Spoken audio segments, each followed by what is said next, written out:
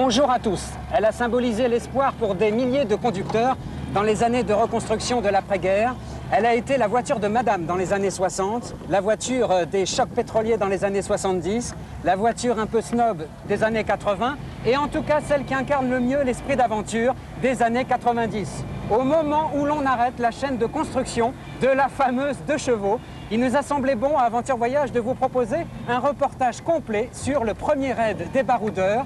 Vous allez le voir, c'est l'histoire assez insolite de la traversée du Maroc par 82 chevaux. Imaginez à quel point c'est spectaculaire. Eh bien oui Didier, ces véhicules ont été soumises à rude épreuve. Elles sont parties de Noyal-sur-Vilaine. Elles y reviendront à peu près dans 3 semaines en faisant un petit détour par le sud marocain. Alors cela représente plus de 8000 km, dont plus de 3000 km sur des pistes de toutes sortes, de sable, de cailloux, de boue. Enfin vous allez voir, ce n'est vraiment pas évident.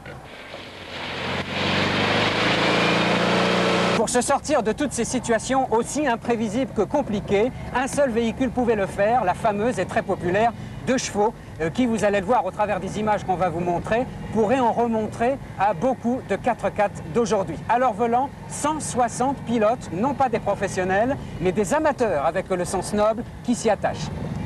Alors ces baroudeurs, nous les avons rejoints de Fès jusqu'à Marrakech pendant à peu près une semaine. Et pour commencer cette émission, nous avons voulu vous montrer qui ils étaient, quelles étaient leurs motivations, comment ils ont appréhendé les diverses situations.